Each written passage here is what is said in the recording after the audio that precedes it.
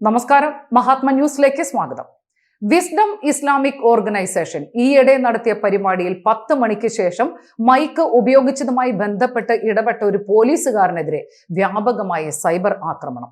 ഭരണഘടനയോടും രാജ്യത്തെ നിയമവ്യവസ്ഥിതികളോടും കൂറും സത്യസന്ധതയും പുലർത്തുമെന്ന് ഭരണഘടന തൊട്ട് സത്യം ചെയ്ത ചില ജനപ്രതിനിധികളും ഈ തോന്യാസത്തിന് കൂട്ടുനിൽക്കുന്നു എന്നുള്ളത് ഭയാനകം തന്നെ.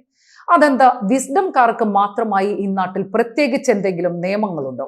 ഭാരതീയ ന്യായ സംഹിതയിലോ ഇന്ത്യൻ ഭരണഘടനയിലോ പഴയ ആർട്ടിക്കിൾ 370 പോലെ വിസ്ഡംകാർക്ക് മാത്രമായി പ്രത്യേക ഇളവുകളോ പ്രിവിലേജുകളോ ഉണ്ടോ? ലഹരിക്കെതിരെയുള്ള പരിപാടിയായതിനാൽ കൂടുതൽ സമയം അനുവദിച്ചാൽ എന്താണ് കുഴപ്പം എന്നാണ് വിസ്ഡംകാരുടെ ചോദ്യം. ഒരു പരിപാടിയുടെ കണ്ടന്റ് പരിഗണിച്ചിട്ടാണോ സാഹിബെ നിയമം നടപ്പിലാക്കേണ്ടത്?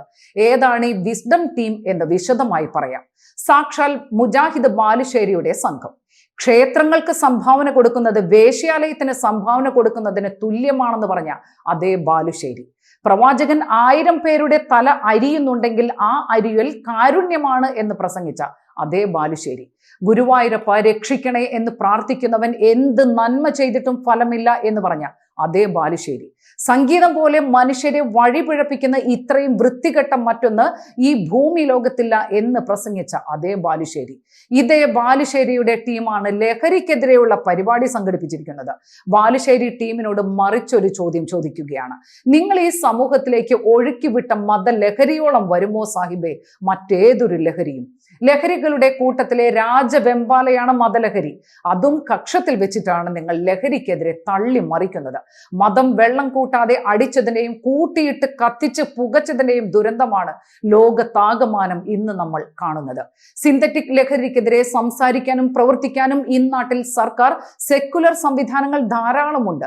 നിങ്ങൾ ആദ്യം ചെയ്യേണ്ടത് മതം നേർപ്പിച്ചടിക്കാൻ സ്വന്തം അനുയായികളെ പഠിപ്പിക്കുക എന്നത് മാത്രമാണ്. മതലഹരി മൂത്ത് തലതിരിഞ്ഞ് നടക്കുന്നവൻ സൃഷ്ടിക്കുന്ന സാർവലോക ദുരന്തത്തിന്റെ 100-1 വരില്ല മറ്റു ലഹരികൾ. അതുകൊണ്ട് സ്വന്തം ഗോഡൌണുകളിലെ മാരകമായ മതലഹരി നിയന്ത്രിക്കാനുള്ള പ്രചാരണങ്ങളുമായി മുന്നോട്ട് പോവുക. അതും 10 മണിക്ക് ശേഷം പാടില്ല എന്നുള്ളത് പ്രത്യേകം ഓർക്കുമല്ലോ. നന്ദി, നമസ്കാരം.